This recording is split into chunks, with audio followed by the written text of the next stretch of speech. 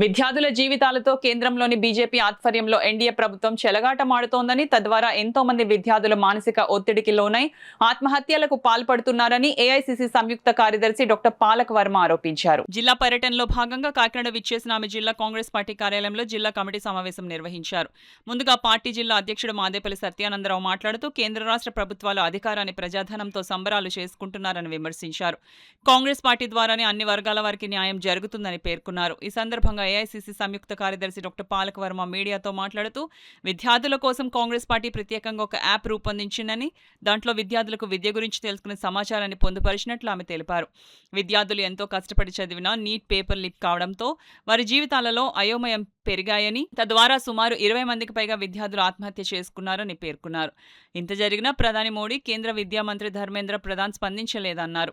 Neat paper కాకుండా UPSC, RRB, SSC, TET వంటి పరీక్ష పేపర్లు కూడా లీక్ అయి వాటి ద్వారా బీజేపీ పెద్దలు లాభం పొందుతుంటే విద్యార్థులు, వారి తల్లిదండ్రులకు ఎంతో నష్టం కలుగుతుందన్నారు. కాంగ్రెస్ పార్టీ యువ నాయకుడు రాహుల్ గాంధీ విద్యార్థుల కోసం అండగా నిలిచారని, రాజస్థాన్ రాష్ట్రంలో జరిగిన ఒక కార్యక్రమంలో పాల్గొని విద్యార్థులకు మద్దతుగా నిలిచిన సంఘటనను గుర్తు చేశారు. తమ పార్టీ ఆధ్వర్యంలో కొత్తగా ఒక యాప్ రూపొందించామని, దీనిలో విద్యార్థులు హాజరయ్యే పరీక్షల పూర్తి వివరాలు ఉంటాయని, దానికి అందరూ క్యూఆర్ కోడ్ ద్వారా నమోదు చేసుకోవాలని పాలక్ వర్మ సూచించారు. ఈ సమావేశంలో కాంగ్రెస్ పార్టీ నాయకులు అధ్యక్షుడు చెక్క నూకరాజు, మల్లిపూడి రాంబాబు, తాళూరి రాజు, మట్ట ప్రసాద్, లలిత, ధనాకొండ తదితరులు పాల్గొన్నారు. If we totally calculate the students, 22 lakh students trying for the exam, preparing for that, the entire budget of these families, they are contributing around 1.32 lakh crores to this nation for the preparation of the exam.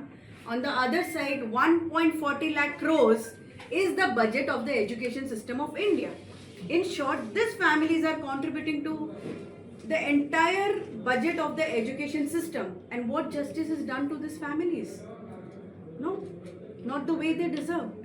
Secondly, the entire education system runs around 5 examinations, and that is where the students' creativity and imagination is stuck. Whether it is JEE, NEET, UPSC, RRB or SSC. Just these 5 exams.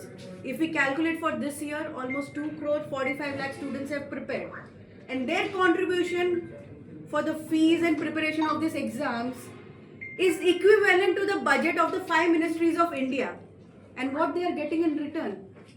A big joke about their future. And this is not what the future of India deserves. This is not what the students deserve.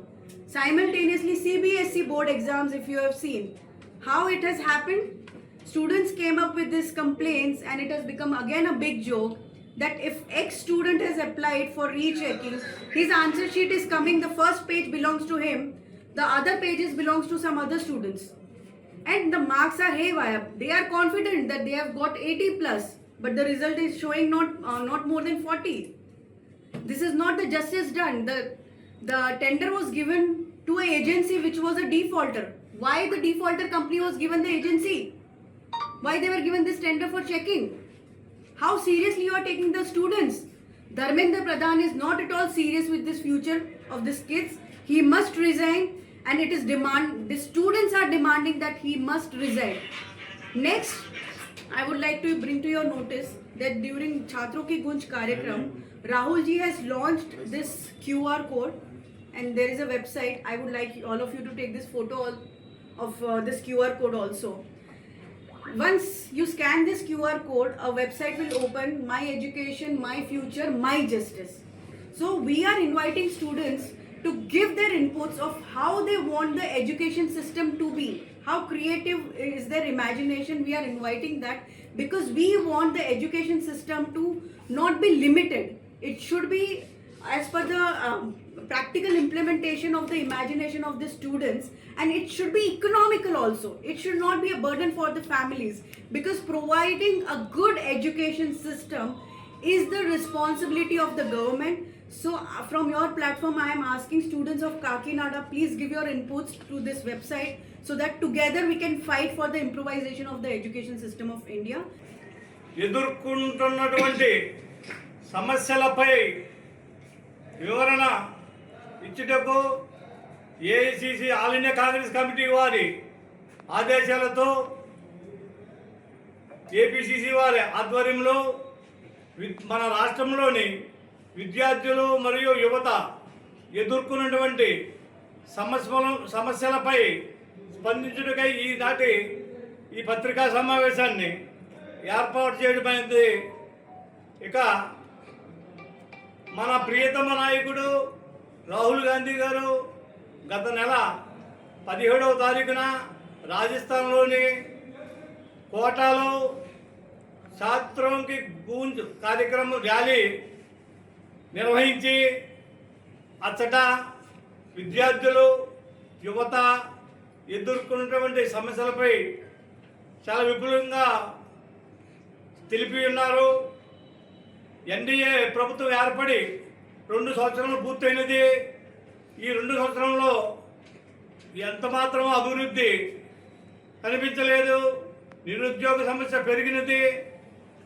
పోతే హిందువులమంటూ హిందూ దేవాలయాలకు వచ్చిన విరాళాలను కూడా వాళ్ళు వదిలిపెట్టకుండా లూటీ చేస్తున్నారు. విద్యార్థులు యువతకు ఎటువంటి